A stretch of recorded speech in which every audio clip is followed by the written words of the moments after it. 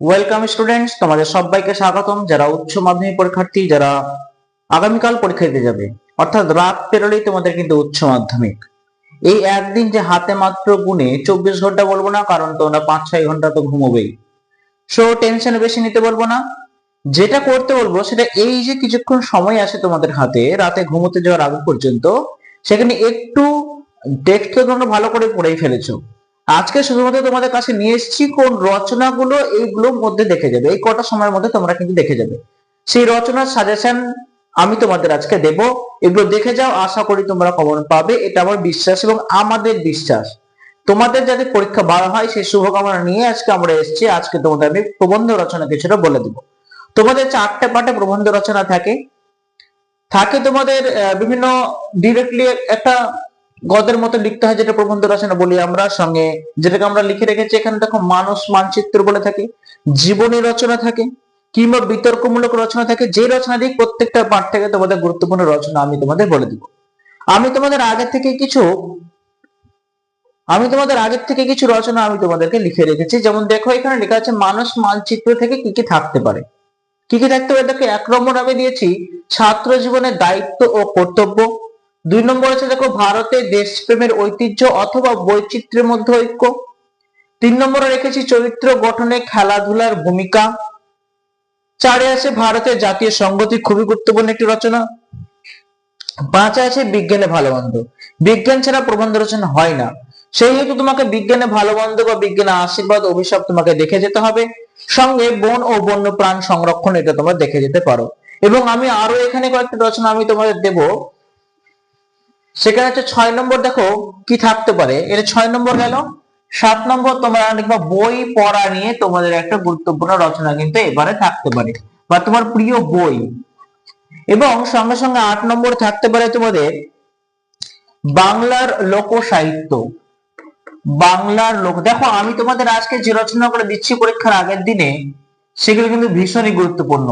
তুমি দেখে নাও এগুলো করেছো কিনা, যদি না করে থাকো চোখ বুলিয়ে নাও।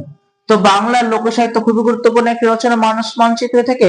সঙ্গে লাস্ট আর একটাই দেবো, সেটা হচ্ছে গণমাধ্যম, শিক্ষা বিস্তারে গণমাধ্যমের ভূমিকা। তাহলে এখানে লিখো শিক্ষা বিস্তারে গণমাধ্যমের ভূমিকা। শিক্ষা বিস্তারে গণমাধ্যমের ভূমিকা। মানুষ মানচিত্র থেকে 9খানা তোমাদের প্রবন্ধ রচনা বললাম। এই 9খানা করে যাও, আশা করি তোমরা কিন্তু কমন পেয়ে যাবে যদি লিখতে চাও। ওকে, চলে আসি আমরা পরের পার্টটা থেকে। যে পার্টটা তোমাদের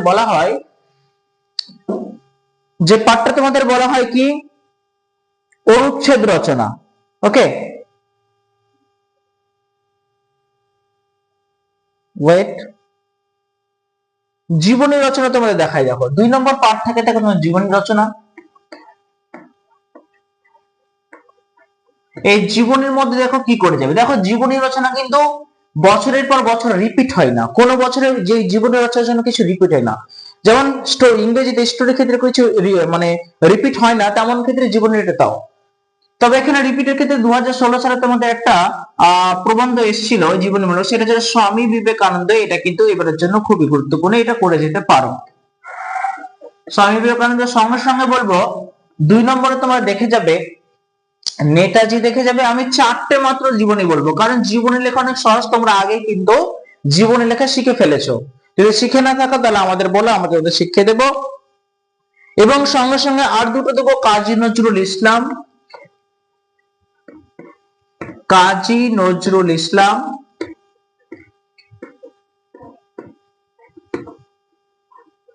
এবং দিব তোমাদের, কারণ বিশ্বকবি ছাড়া তো হয় না, অর্থাৎ রবীন্দ্রনাথ ঠাকুর।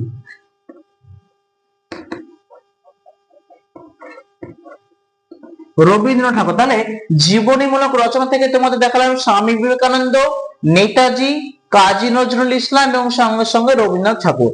এই জীবনীমূলক রচনা থেকে 4টি করে যাও, আশা করি পেলে কিন্তু কমন অবশ্যই পেয়ে যাবে। আর যদি নাও পাও তাহলে কোনো টেনশন নেই, কারণ জীবনের রচনা লিখতে অনেক সহজ, তোমরা কিন্তু আগেও লিখেছো।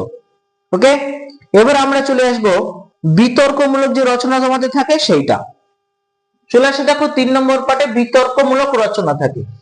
জীবনীমূলকটা বেশিরভাগ ছাত্রের হাত দেয় টাচ করে।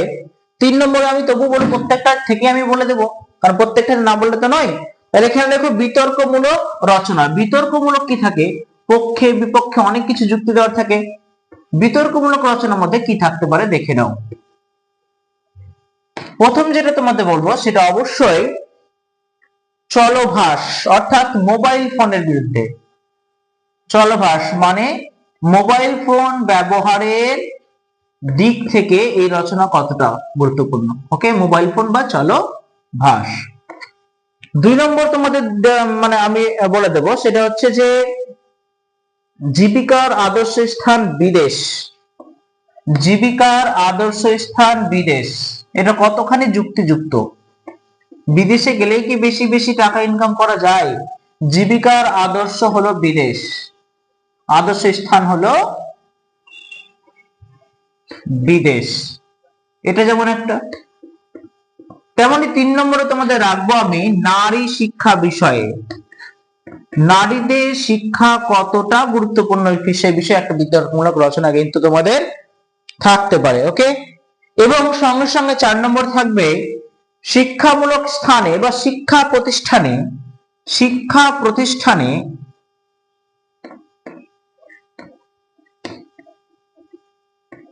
শিক্ষা প্রতিষ্ঠানে রাজনীতি বর্জন করা উচিত। শিক্ষা প্রতিষ্ঠানে রাজনীতি বর্জন করা উচিত। এই 4টা কিন্তু ভীষণই গুরুত্বপূর্ণ তোমাদের বিতর্কমূলক রচনা থেকে। মোবাইল ফোন, জীবিকার আদর্শ স্থান হলো বিদেশ, নারী শিক্ষা এবং শিক্ষা প্রতিষ্ঠানে রাজনীতি বর্জন করা উচিত। সঙ্গে তোমাদের আরেকটা পার্ট থাকে, সেটা হচ্ছে অনুচ্ছেদ। অনুচ্ছেদ থেকে কি থাকতে পারে আমি মাত্র কয়েকটা তোমাদের বলে দিই।